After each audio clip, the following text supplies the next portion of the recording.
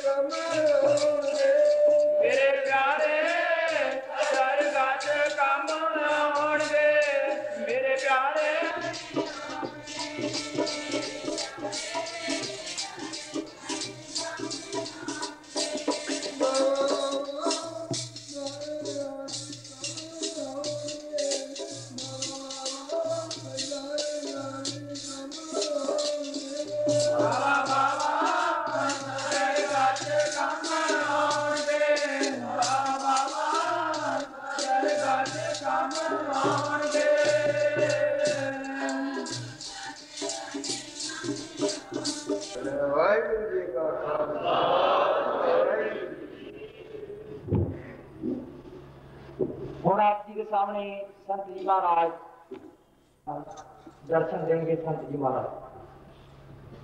वाहिगुरु जी का खालसा वाहिगुरु जी की फतेह। साध संगत जी, ये संत बाबा श्रीमान संत बाबा बलवंत सिंह जी अराड़ा साहब वाले। मेरे ख्याल है दूजिया नूं ये गल कहण वाले बड़े मिल जाते ने अमृत वेले जागया करो। अमृत वेले जागण वाला कोई कोई मिलता ਦੂਜਿਆਂ ਨੂੰ ਕਹਿਣ ਵਾਲੇ ਕਿ ਸੇਵਾ ਕਰਿਆ ਕਰੋ, ਇਹ ਬੜੇ ਮਿਲ ਜਾਣਗੇ, ਪਰ ਸੇਵਾ ਕਰਨ ਵਾਲਾ ਕੋਈ ਮਿਲਦਾ। ਤੇ ਉਹ ਮਹਾਂਪੁਰਸ਼ ਨੇ ਨਾਲ ਥੋੜਾ ਲੇਟ ਹੋ ਗਿਆ, ਇਹ ਤਾਂ ਕਰਦਾ ਵੀ ਇਹਨਾਂ ਦੇ ਬਚਨ ਸੁਣੇ ਜਾਈਏ, ਜਿਨ੍ਹਾਂ ਨੇ ਰਾੜਾ ਸਾਹਿਬ ਦੇ ਲੰਗਰਾਂ ਦੇ ਵਿੱਚ 40 ਸਾਲ ਸਾਧ ਸੰਗਤ ਦੀ ਲਗਾਤਾਰ, ਮੇਰੇ ਖਿਆਲ ਤਾਂ ਹੁਣ ਤਾਂ 50 ਸਾਲ ਹੋ ਗਏ ਹੋਣਗੇ। ਇਹ ਉਹ ਮਹਾਂਪੁਰਖ ਨੇ ਜਿਹੜੇ 50 ਸਾਲ ਜਿਹਨਾਂ ਦੇ ਲੰਗਰਾਂ ਦੇ ਵਿੱਚ ਸੌਂ ਕੇ ਨਹੀਂ ਵੇਖਿਆ, ਸੌਂ ਕੇ ਨਹੀਂ ਵੇਖਿਆ। ਜਿਹੜੀ ਤੋਕਿਆ ਨਾ ਭਿੰਨੀ ਰਹਿੰਦੀ ਚਮਕਣ ਤਾਰੇ, ਰਾਤੀ ਜਾਗਣ ਸੰਤ ਜਣਾ ਮੇਰੇ ਰਾਮ ਪਿਆਰੇ। ਇੱਕ ਆਰਾਮ ਕੁਰਸੀ ਜੀ ਬਣਾਈ ਹੈ ਖਾਲਸਾ ਦੀ, ਰਾਤ ਦੇ ਅੱਧੀ ਰਾਤ ਦੇ ਸਮੇਂ ਉੱਥੇ ਜਾਓ, ਸਾਧ ਰਾਣਾ ਸਾਹਿਬ ਤੋਂ ਬਾਬਾ ਜੀ ਹੱਥ ਸਿਮਰਨਾ ਮਿਲਦਾ, ਜਦ ਨੇਤਰ ਬੰਦ ਹੁੰਦੇ ਨੇ। ਔਰ ਇਹ ਮਹਾਂਪੁਰਸ਼ ਸਾਧ ਸੰਗਤ ਜੀ, ਜਿਨ੍ਹਾਂ ਦੇ ਵਾਸਤੇ ਮੇਰੇ ਕੋਲ ਕੋਈ ਸ਼ਬਦ ਨਹੀਂ ਹੈ। ਸਾਡੇ ਵੇਖਦੇ ਵੇਖਦੇ ਸੰਤ ਮਹਾਰਾਜ ਸੰਤ ਬਾਬਾ ਈਸ਼ਰ ਰਾਲੇ ਵਾਲੇ ਉਹ ਸਾਨੂੰ ਵਿਛੋੜਾ ਦੇ ਗਏ। ਉਹ ਤੋਂ ਬਾਅਦ ਬਾਬਾ ਕਿਸ਼ਨ ਸਿੰਘ ਜੀ, ਉਹ ਤੋਂ ਬਾਅਦ ਗਿਆਨੀ ਮੋਹਨ ਸਿੰਘ ਤੇਜ਼ਾਬ, ਹੋਰ ਵਡੇਰੇ ਵਡੇਰੇ ਮਹਾਂਪੁਰਸ਼ ਸਾਡੇ ਦੇਸ਼ ਦੇ ਚਲੇ ਗਏ। ਹੁਣ ਇਹ ਪੁਰਾਣੇ ਮਹਾਂਪੁਰਸ਼ਾਂ ਦੇ ਵਿੱਚੋਂ ਸਾਡੇ ਕੋਲ ਮਹਾਂਪੁਰਸ਼ ਨੇ, ਚਿੱਤ ਕਰਦਾ ਵੀ ਇਹਨਾਂ ਦੇ ਬਚਨ ਸੁਣੀ ਜਾਈਏ। ਗੁਰੂ ਕੀ ਸੰਗਤ, ਇਹਨਾਂ ਦੇ ਬਚਨ ਕਮਾਏ ਬਚਨ ਨੇ, ਕਮਾਏ। ਜਿਹੜਾ ਕਿਤਾਬੀ ਗਿਆਨ ਹੁੰਦਾ ਉਹ ਇਸ ਤਰ੍ਹਾਂ ਹੈ, ਖਾਲਸਾ ਜੀ ਮਾਫ ਕਰਨ, ਜਿਵੇਂ ਇੱਕ ਮਠਿਆਈ ਦਾ ਡੱਬਾ ਸੀ, ਕਿਸੇ ਹਲਵਾਈ ਨੂੰ ਖਰੀਦ ਕੇ ਨਾ ਖਾ ਲਈਏ, ਜਾ ਕੇ ਖਾ ਲਈਏ, ਉਹ ਸਾਸ ਡੱਬੇ ਦੀ ਤਰ੍ਹਾਂ ਹੈ। ਕਿਸੇ ਕਿਤਾਬ 'ਚ ਪੜ੍ਹ ਕੇ ਸੁਣਾਤਾ, ਕਿਸੇ ਗ੍ਰੰਥ 'ਚ ਪੜ੍ਹ ਕੇ ਸੁਣਾਤਾ। ਪਰ ਜਿਹੜਾ ਅਨੁਭਵੀ ਗਿਆਨ ਨੂੰ ਬੇਨਤੀ ਕਰਾਂਗਾ ਕਿ ਅਗਲਾ ਪ੍ਰੋਗਰਾਮ ਜਿਹੜਾ ਇਹ ਮੂੰਹ ਦੀ ਆ ਤੇ ਉਹਨਾਂ ਤੋਂ ਬਾਅਦ ਫਿਰ ਅਸੀਂ ਇਹ ਭਾਈ ਸਾਹਿਬ ਤੁਹਾਨੂੰ ਦੱਸਾਂਗੇ ਅਗਲਾ ਪ੍ਰੋਗਰਾਮ ਕਿਹੜਾ ਹੈ। ਹੁਣ ਅਸੀਂ ਬਾਬਾ ਜੀ ਕੋਲ ਗੁਰੂ ਘਰ ਦੀ ਬਖਸ਼ਿਸ਼ ਸਿਰੋਂ ਪਾਓ, ਹਾਲੀ ਕੁਝ ਨਹੀਂ ਦੇ ਸਕਦੇ ਤਾਂ ਗੁਰੂ ਘਰ ਦੀ ਬਖਸ਼ਿਸ਼ ਹੈ, ਬਾਬਾ ਜੀ ਦਿੱਤੀ ਜਾਏਗੀ, ਬਖਸ਼ਿਸ਼ ਕੀਤੀ ਜਾਏਗੀ। ਉਹ ਤੋਂ ਬਾਅਦ ਅਗਲਾ ਪ੍ਰੋਗਰਾਮ। ਵਾਹਿਗੁਰੂ ਜੀ ਕਾ ਖਾਲਸਾ, ਵਾਹਿਗੁਰੂ ਜੀ ਕੀ ਫਤਿਹ।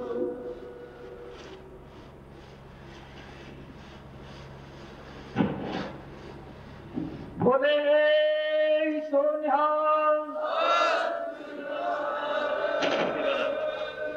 ਹੁਣ ਆਪ ਜੀ ਦੇ ਸਾਹਮਣੇ 2 ਮਿੰਟ ਲਈ ਵਿਰਛਾ ਸਿੰਘ ਜੀ ਮੱਖਣ ਕਵੀ, ਉਹਨਾਂ ਤੋਂ ਬਾਅਦ ਕਿਸ਼ਨ ਸਿੰਘ ਮੋਹਨਪੁਰੀ, ਉਹ ਆਪ ਜੀ ਨੂੰ ਕੀਰਤਨ ਦੁਆਰਾ ਨਿਹਾਲ ਕਰਨਗੇ। ਉਹਨਾਂ ਤੋਂ ਬਾਅਦ ਸੰਤ ਜੀ ਮਹਾਰਾਜ ਸੰਤ ਬਾਬਾ ਈਸ਼ਰ ਸਿੰਘ ਰਾਣਾ ਸਾਹਿਬ ਵਾਲਿਆਂ ਦਾ, ਜੋ ਪਟਿਆਲੇ ਦੇ ਲਾਗੇ ਦਬਲਾਨ ਆਸ਼ਰਮ ਹੈ, ਉਸ ਆਸ਼ਰਮ ਤੋਂ ਆਏ ਨੇ ਸੰਤ ਮਹਾਰਾਜ ਸੰਤ ਬਾਬਾ ਹਰਜਿੰਦਰ ਸਿੰਘ ਜੀ, ਉਹ ਉਹਨਾਂ ਤੋਂ ਬਾਅਦ ਸੰਗਤਾਂ ਨੂੰ ਦਰਸ਼ਨ ਦੇਣਗੇ। ਹੁਣ ਆਪ ਜੀ ਦੇ ਸਾਹਮਣੇ 2 ਮਿੰਟ ਲਈ ਵਿਰਛਾ ਸਿੰਘ ਜੀ ਮੱਖਣ, ਇਹ 2 ਮਿੰਟ ਇਹਨਾਂ ਨੂੰ ਤਾਂ ਦਿੱਤੇ ਨੇ, ਤਦ ਤੱਕ ਕਿਸ਼ਨ ਸਿੰਘ ਮੋਹਨਪੁਰੀ ਆਪਣੇ ਸਾਜ਼ ਕੱਸ ਲੈਣ। ਸਭਨਾ ਮਨ ਮਾਨਕ ਆਹਣ ਮੂਲ ਮਚਾਂਗਵਾ, ਜੇ ਤੋ ਪਿਰਿਆ ਦੀ ਸਿੱਖ ਹਿਆਓ ਨਾ ਠਾਏ ਕਹੀਦਾ।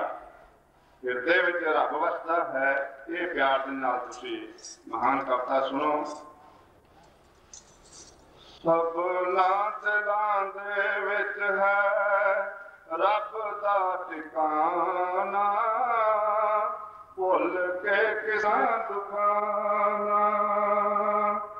ਕਿਸੇ ਦਾ ਹੈ ਕੋਈ ਪਿਆਰੇ, ਮੇਰਾ ਤੂੰ ਸਹਾਰਾ ਹੈ। ਪਿਆਰੇ ਉਹਨੂੰ ਕਰ ਜਿਸ ਦਾ ਪ੍ਰੀਤਮ ਪਿਆਰਾ ਹੈ। ਕਿਸੇ ਦਾ ਹੈ ਕੋਈ ਲੋਕੋ ਦਾ ਟਿਕਾਣਾ, ਭੁੱਲ ਕੇ ਕਿਸੇ ਦਾ ਤੂੰ ਦਿਲ ਨਾ ਦੁਖਾਨਾ। ਤੇ ਸੰਤਾਂ ਨੂੰ ਕੁਝ ਸੁਣਾ ਸਕੇ ਆ ਉਹਨਾਂ ਦੀ ਬਦੌਲਤ। ਸੋ ਇਸ ਦਰਬਾਰ ਦੀ ਸਿਫਤ ਨਹੀਂ ਮੈਂ ਕਰ ਸਕਦਾ। ਬੜੇ ਪਿਆਰ ਦੇ ਨਾਲ ਅੱਜ ਸੰਗਤਾਂ ਦੇ ਦਰਸ਼ਨ ਕਰਨ ਵਾਸਤੇ ਮੌਕਾ ਮਿਲਿਆ। ਬਾਬਾ ਜੀ ਨੇ ਇੰਨੀ ਸੰਗਤ ਸਾਨੂੰ ਦੂਰ ਦੂਰ ਸੰਗਤਾਂ ਦੇ ਦਰਸ਼ਨ ਕਰਾਏ ਨੇ, ਬੜੇ ਪਿਆਰ ਨਾਲ ਕੀ ਸੁਣਨਾ।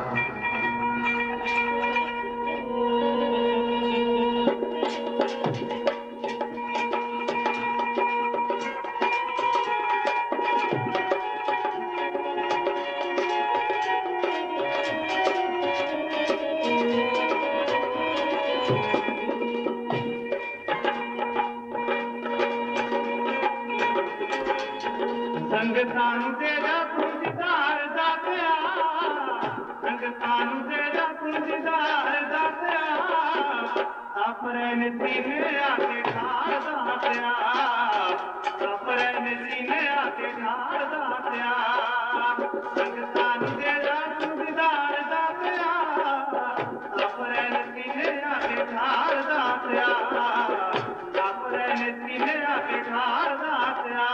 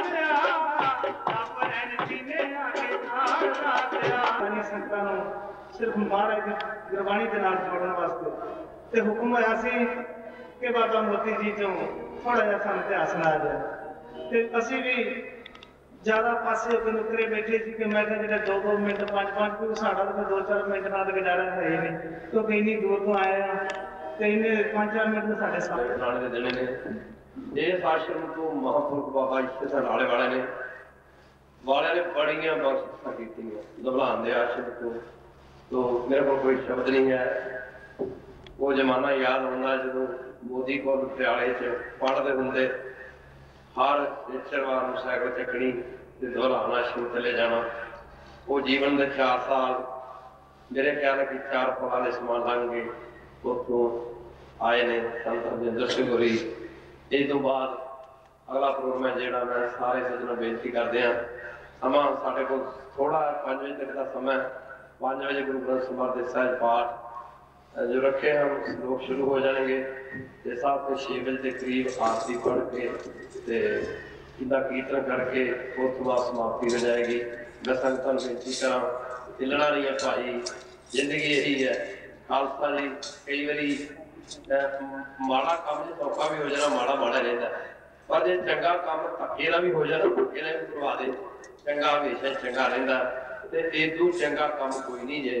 मैं तुहानू बेनती कर दिया नाल जिंदगी गुरु साहब दे चरणा गुरमुखो मेरे वाल देखो मेरे ख्याल है कि अभी 29 तरीक को कनेडा तो वापस आए 29 तरीक तो लैके अज सात संगत जी मेरे ख्याल है कि अज 12 तरीक तक शायद 13 हो गई होवे ते 13 दिनों दास नूं 2 घंटे भी रोज का रेस्ट करने का मौका नहीं मिलया पर सात संगत जी जिंदगी मिली नहीं रेस्ट वास्ते जिंदगी नाम जपण वास्ते मिली है। मैं संगतां नूं बेनती करदे हां कि आओ हर दिन रहन कीर्तन गाई है बहुत नजोनी पाई है। अमृत वेले का समा शुरू हो गया 1:05 से अमृत वेला शुरू हो जाता आओ अगला सुनते रहन संत हरजिंदर सिंह होरी इन्हां तो बाद त्यार गुंचा जी उन्हां तो बाद संत दलवीर सिंह कटा साहब वाले ते उन्हां तो बाद अगला पंत हाँ जी बल जी उस तो बाद संत पंजाब सिंह भी आए ने संत दलार सिंह भी शायद पहुंचण वाले ने उस तो बाद भाई साहब भाई गुरदयाल सिंह करने वाले बहुत सोहना कीर्तन करते हैं।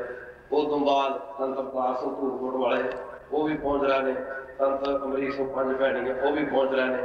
मैं संगत को बेनती करते हैं कि भाई साहब कह रहे सन कि समा थोड़ा मिले है पर मजा तो है जो थोड़े जे समय बहुत ही गल कहती जाए।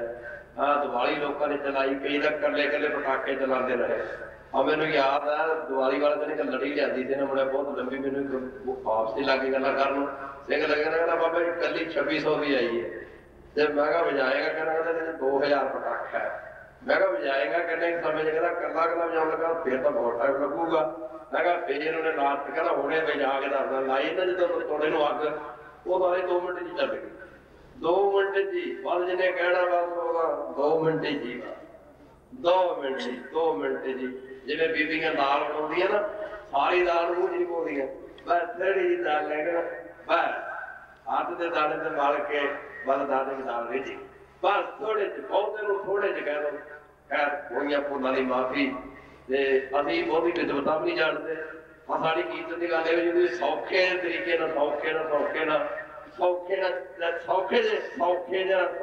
ना है वो कहते साडे हरियाणे च ना कोई ढाडी ज्यादा चला गया तो वो जाटनियां हरियाणे ने बड़े बड़े घगरे पाए वो भी वो कीर्तन सुन पाते चलिया गई घर दे लगे कहने चौधरी अगर सानू कोई समझ आवागी कल समझ नहीं आवागे हम भी जावांगे ते वो घर चलिया गई ढाडी सिंह बजाउण सरंगी जी बजाउण तो बेचारे जो करे ना जो बोले सरंगी वो जाटनियां गई भाई इस बंद कर दे तू ही रोई जा जनाब गाव आ गई तो रोई जावा है वो कह रहा सारी रात को सुनते रहे समझता भाई गुजरा बेचारे दिन चढ़िया जाट पुछते की सुन के आई भाई तुम कहते सुनना क्या था थोड़ा सा मैं जब गई ना कीर्तन दरबार मां एक मोटा सा भाई था उसने अपने गल वाला एक इतनी बड़ी लंबी लकड़ी ना गल में बांध रखी थी तो सरंगी को कही लकड़ी सरंगी का आवे ना कहते इतनी बड़ी लकड़ी की हाथ बांध रखी थी गल में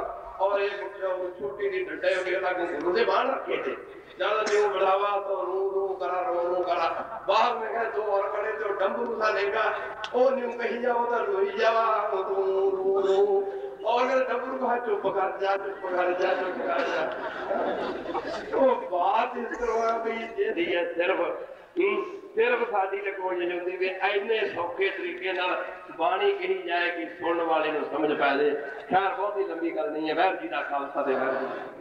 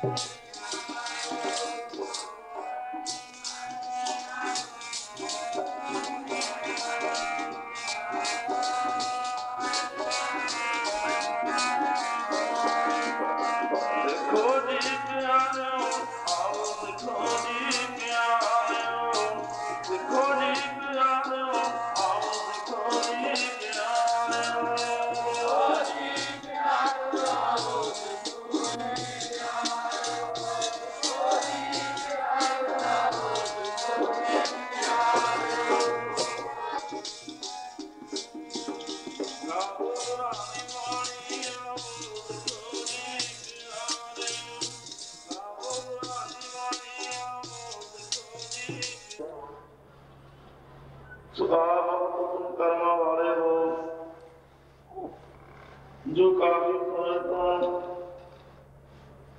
हाजरा जहरा जो हो जाओ जोर काबू की ओर बाणी के बोहे जबरा तख्तां दे बाग प्रतख सदगुरु श्री गुरु ग्रंथ ਸਾਹਿਬ ਰਚੀ ਕਾਫੀ ਬਾਣੀ ਆਪਣੇ ਲੋਕ ਨੂੰ ਲੈ ਕੇ ਚਲੀ ਜਾਂਦੀ ਹੈ ਅਤੇ ਬਾਣੀ ਸ਼ਾਂਤੀ ਦਾ ਸਮੁੰਦਰ ਹੈ, ਸੋਮਾ ਹੈ।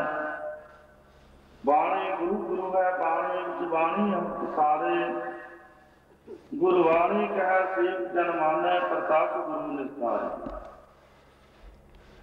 ਜੋ ਬਾਣੀ ਨੂੰ ਪੜ੍ਹਦਾ ਹੈ, ਬਾਣੀ ਦੇ ਵਿਚਾਰ ਨੂੰ ਆਪਣੇ ਹਿਰਦੇ ਦੇ ਵਿੱਚ ਵਸਾਉਂਦਾ ਹੈ,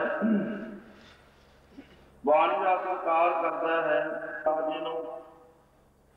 ਪਰ ਬਾਬਾ ਮੋਹਨ ਜੀ ਮਸਤ ਸਾਧੂ ਸਨ, ਚੁਆਰੇ ਵਿੱਚ ਆਪਣਾ ਸਮਾਧੀ ਲਾ ਕਰਕੇ ਬੈਠੇ ਰਿਹਾ ਕਰਦੇ ਸਨ। ਬਹੁਤ ਆਵਾਜ਼ਾਂ ਮਾਰੀਆਂ ਪਰ ਸਮਾਧੀ ਨਾ ਖੋਲੀ, ਵਾਪਸ ਅੰਮ੍ਰਿਤਸਰ ਸਾਹਿਬ ਆ ਜਾਂਦੇ। ਤੇ ਸਤਿਗੁਰੂ ਅਰਜਨ ਦੇਵ ਸੱਚੇ ਪਾਤਸ਼ਾਹ ਜੀ ਆਪ ਸਿੱਖ ਸੰਤਾਂ ਨੂੰ, ਗੁਰਸਿੱਖਾਂ ਨੂੰ ਨਾਲ ਲੈ ਕਰਕੇ ਗੋਬਿੰਦਵਾਲ ਸਾਹਿਬ ਪਹੁੰਚਣਾ ਕੀਤਾ, ਜਿੱਥੇ ਬਾਬਾ ਮੋਹਨ ਜੀ ਦਾ ਚੁਆਰਾ ਸੀ। ਉਹ ਜਗ੍ਹਾ ਤੇ ਆ ਕਰਕੇ ਥੱਲੇ ਬਾਬਾ ਮੋਹਨ ਜੀ ਉੱਤੇ ਚੁਆਰੇ ਦੇ ਸਮਾਧੀ ਵਿੱਚ ਬੈਠੇ ਹੋਏ ਹਨ। ਸਤਿਗੁਰੂ ਅਰਜਨ ਦੇਵ ਸੱਚੇ ਪਾਤਸ਼ਾਹ ਜੀ ਨੇ ਉਹਨਾਂ ਦੀ ਸਮਾਧੀ ਖੋਲ੍ਹਣ ਦੇ ਵਾਸਤੇ ਗੁਰਬਾਣੀ ਦੁਆਰਾ ਬਚਨ ਉਚਾਰਨ ਕਰਦੇ, ਮੋਹਨ ਤੇਰੇ ਉੱਚੇ ਮੰਦਰ ਮਹਿ ਅਪਾਰਾ। ਜਦੋਂ ਸਾਧ ਸੰਤਾਂ ਸਤਿਗੁਰੂ ਅਰਜਨ ਦੇਵ ਸੱਚੇ ਪਾਤਸ਼ਾਹ ਨੇ ਕਿਹਾ, ਬਾਬਾ ਮੋਹਨ ਜੀ ਸਮਾਧੀ ਖੁੱਲ ਜਾਂਦੀ ਹੈ, ਥੱਲੇ ਆ ਜਾਂਦੇ ਹਨ। ਆਪ ਪਰਸਪਰ ਨਮਸਕਾਰ ਕਰਨ ਕੀਤੀ। ਸਤਿਗੁਰੂ ਦੇ ਪਾਤਸ਼ਾਹ ਜੀ ਕਹਿੰਦੇ ਸੀਤਰਾ ਸਾਧ ਜਦੋਂ ਪਾਠ ਦੀ ਸਮਾਪਤੀ ਕਰ ਦਿੱਤੇ, ਉਹ ਜਪਜੀ ਸਾਹਿਬ ਦਾ ਪਾਠ ਸੁਣ ਕਰ ਸਤਵੇਂ ਪਾਤਸ਼ਾਹ ਮਰਚੇ ਪਾਤਸ਼ਾਹ ਕਿੰਨਾ ਸਤਿਕਾਰ ਕਰਦੇ ਸਨ। ਸਾਸਨ ਕਾਲ ਦੇ ਵਿੱਚ ਸੰਤਾਂ ਦਾ ਜਥਾ ਆਇਆ। ਸਤਿਗੁਰੂ ਦੇ ਪਾਤਸ਼ਾਹ ਕੀਰਤਪੁਰ ਸਾਹਿਬ ਸਿੱਖ ਸੰਤਾਂ ਨੂੰ ਦਰਸ਼ਨ ਲਾਰੇ ਬਖਸ਼ਦੇ ਸਨ। ਦੁਪਹਿਰ ਦਾ ਸਮਾਂ ਸੀ। ਪ੍ਰਸ਼ਾਦ ਛਕ ਕਰਕੇ ਆਪਣੇ ਪੰਗੇ ਤੇ ਆਰਾਮ ਕਰਨ ਲੱਗੇ। ਉਧਰੋਂ ਸੰਤਾਂ ਜੋਟਿਆਂ ਦੇ ਵਿੱਚ ਗੁਰਬਾਣੀ ਦਾ ਕੀਰਤਨ ਧਾਰਨਾ ਪੜ੍ਹਦੀਆਂ ਆ ਰਹੀਆਂ ਹਨ। ਜਦੋਂ ਸਤਿਗੁਰੂ ਦੇ ਪਾਤਸ਼ਾਹ ਦੇ ਕੰਨਾਂ ਵਿੱਚ ਗੁਰਬਾਣੀ ਦੀ ਆਵਾਜ਼ ਪਈ, ਸਤਿਗੁਰੂ ਦੇ ਪਾਤਸ਼ਾਹ ਜੀ ਨੇ ਪੰਗੇ ਦੇ ਉੱਤੋਂ ਉੱਪਰ ਵੜਾਈ ਉੱਠਣਾ ਕੀਤਾ। ਹਰ ਵਰਾਏ ਜਾਂ ਨਿੰਦਰਾ ਤਿਆਗੀ ਪਾਠੀ ਝੂਠ ਝੂਠ ਮਹਿਲਾ। ਸਤਿਗੁਰਾਂ ਦੇ ਗੋਡੇ ਤੇ ਸੱਟ ਲੱਗਦੀ ਹੈ, ਖੂਨ ਨਿਕਲ ਆਉਂਦਾ ਹੈ। ਗੁਰਸਿੱਖ ਦੇਖ ਕੇ ਬੜੇ ਹੈਰਾਨ ਹੋਏ, ਕਹਿਣ ਲੱਗੇ ਮਹਾਰਾਜ ਇਹ ਆਪਦਾ ਕੀ ਕੰਮ ਹੋਇਆ, ਅੱਜ ਆਪ ਬੜੇ ਬਣਾਏ ਹੁੰਦੇ ਤੋਂ ਉੱਥੇ ਹੋ।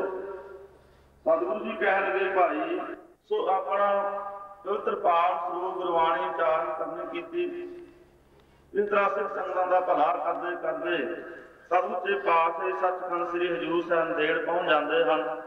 ਉੱਥੇ ਗੁਰਸਿੱਖੀ ਦਾ ਪ੍ਰਚਾਰ ਕੀਤਾ ਅਤੇ ਗੁਰਸਿੱਖਾਂ ਨੂੰ ਹੁਕਮ ਕੀਤਾ, ਆਗਿਆ ਭਈ ਅਕਾਲ ਕੀ ਤਵੀ ਚਲਾਇਓ ਪੰਥ, ਸਭ ਸਿੱਖਣ ਕੋ ਹੁਕਮ ਹੈ ਗੁਰੂ ਮਾਨਿ ਗ੍ਰੰਥ। ਗੁਰੂ ਗ੍ਰੰਥ ਸਾਹਿਬ ਮਹਾਰਾਜ ਦੇ ਪਾਤਸ਼ਾਹ ਦੇ ਨਾਲ ਜੋੜਨਾ ਕੀਤਾ। ਜਾਪ ਜੂਪ ਜਪੈ ਨਿਸਵਾਸ ਏਕ ਬਿਨਾ ਮਨ ਨਾਇਕ ਨਾ ਹਨ। ਸਤਿਗੁਰੂ ਦੇ ਪਾਤਸ਼ਾਹ ਨੇ ਹੀ ਹੁਕਮ ਕੀਤਾ ਕਿ ਭਾਈ ਤੁਸੀਂ ਜਾਗ ਦੀ ਜੋਤ ਨੂੰ ਮੰਨਣਾ ਹੈ। ਸੋ ਗੁਰੂ ਗ੍ਰੰਥ ਸਾਹਿਬ ਮਹਾਰਾਜ ਦੇ ਪਾਤਸ਼ਾਹ ਦੀ ਆਗਿਆ ਦੇ ਅਨੁਸਾਰ ਆਪਣੀ ਜ਼ਿੰਦਗੀ ਨੂੰ ਬਤੀਤ ਕਰਨਾ ਹੈ।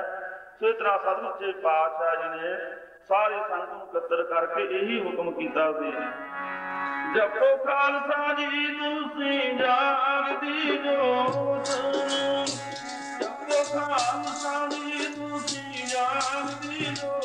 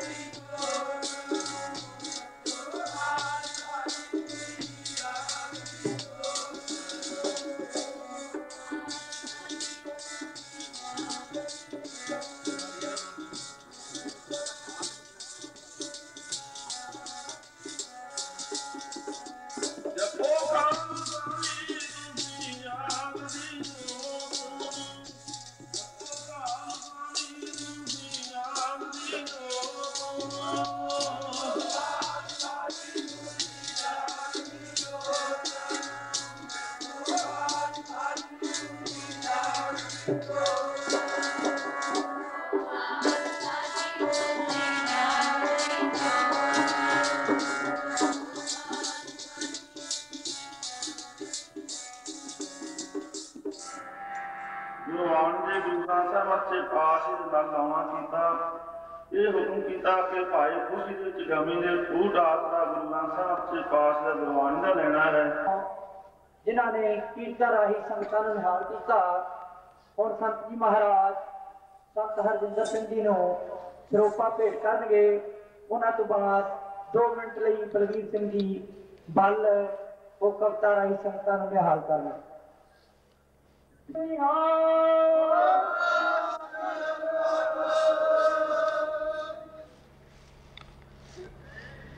ਹੁਣ ਆਪ ਜੀ ਦੇ ਸਾਹਮਣੇ 2-3 ਮਿੰਟ ਲਈ ਬਲਵੀਰ ਸਿੰਘ ਜੀ ਬੱਲ, ਉਹਨਾਂ ਤੋਂ ਬਾਅਦ 15-20 ਮਿੰਟ ਲਈ ਸੰਤ ਦਲਬੀਰ ਸਿੰਘ ਜੀ ਢਿੱਡਾ ਸਾਹਿਬ ਵਾਲੇ ਚੰਡੀਗੜ੍ਹ ਤੋਂ ਉਹ ਸੰਗਤਾਂ ਨੂੰ ਕੀਰਤਨ ਰਾਹੀਂ ਨਿਹਾਲ ਕਰਨਗੇ। ਉਹਨਾਂ ਤੋਂ ਬਾਅਦ ਸੰਤ ਅਵਤਾਰ ਸਿੰਘ ਧੂਰਕੋਟ ਵਾਲਿਆਂ ਦਾ ਜਥਾ ਉਹ ਵੀ ਇੱਥੇ ਪਹੁੰਚਿਆ, ਉਹ ਸੰਗਤਾਂ ਨੂੰ ਕੀਰਤਨ ਰਾਹੀਂ ਨਿਹਾਲ ਕਰਨਗੇ। ਕਹਿੰਦੇ ਨੇ ਡੰਡੇ ਤੋਂ ਇਹ ਜੇ 2 ਬੰਦੇ ਟਾਈਮ ਦੇਣ ਵਾਲੇ ਹੋਣ ਤਾਂ ਘਬਰਾਉਣਾ ਨਹੀਂ ਚਾਹੀਦਾ ਤੇ ਤਗੜੇ ਹੋ ਕੇ ਗਾਣਾ ਚਾਹੀਦਾ। ਤੇ ਹੁਣ ਆਪ ਜੀ ਦੇ ਸਾਹਮਣੇ ਸੰਤ ਦਲਬੀਰ ਸਿੰਘ ਜੀ ਢਿੱਡਾ ਸਾਹਿਬ ਵਾਲੇ ਚੰਡੀਗੜ੍ਹ ਤੋਂ ਉਹ 15-20 ਮਿੰਟ ਲਈ ਸੰਗਤਾਂ ਦੇ ਦਰਸ਼ਨ ਕਰਨਗੇ। ਉਹਨਾਂ ਤੋਂ ਬਾਅਦ ਸੰਤ ਅਵਤਾਰ ਸਿੰਘ ਜੀ ਧੂਰਕੋਟ ਵਾਲਿਆਂ ਦਾ ਜਥਾ ਆਉਣ ਵਾਲਾ ਸਮਾਂ ਆਪ ਜੀ ਦੇ ਸਾਹਮਣੇ। ਇਹਨਾਂ ਤੋਂ ਬਾਅਦ 2-4 ਮਿੰਟ ਦੇ ਵਿੱਚ ਸੰਤ ਹਰਜਿੰਦਰ ਸਿੰਘ ਜੀ ਨੂੰ ਤੋੜ ਕੇ ਤੇ ਫਿਰ ਵਾਪਸ ਆ ਰਹੇ ਨੇ, ਜਿਹਨੂੰ ਆਪਾਂ ਸੀਓਫ ਵੀ ਕਹਿੰਦੇ ਆ, ਉਹ ਕਰਕੇ ਹੁਣੇ ਆ ਰਹੇ ਨੇ। ਘਬਰਾਉਣ ਦੀ ਲੋੜ ਨਹੀਂ, ਅਸੀਂ ਤੁਹਾਡੇ ਨਾਲ ਹੀ ਅੰਮ੍ਰਿਤ ਵੇਲੇ ਤੱਕ ਸਵੇਰੇ 7 ਵਜੇ ਤੱਕ ਇੱਥੇ ਹੀ ਆਪ ਜੀ ਦੇ ਦਰਸ਼ਨ ਕਰਾਂਗੇ ਤੇ ਤੁਸੀਂ ਖੁੱਲੇ ਦਰਸ਼ਨ ਦੀਦਾਰੇ ਦੇਣ ਦੀ ਕਿਰਪਾਲਤਾ ਕਰਨੀ। ਤੁਹਾਡੇ ਵਿੱਚ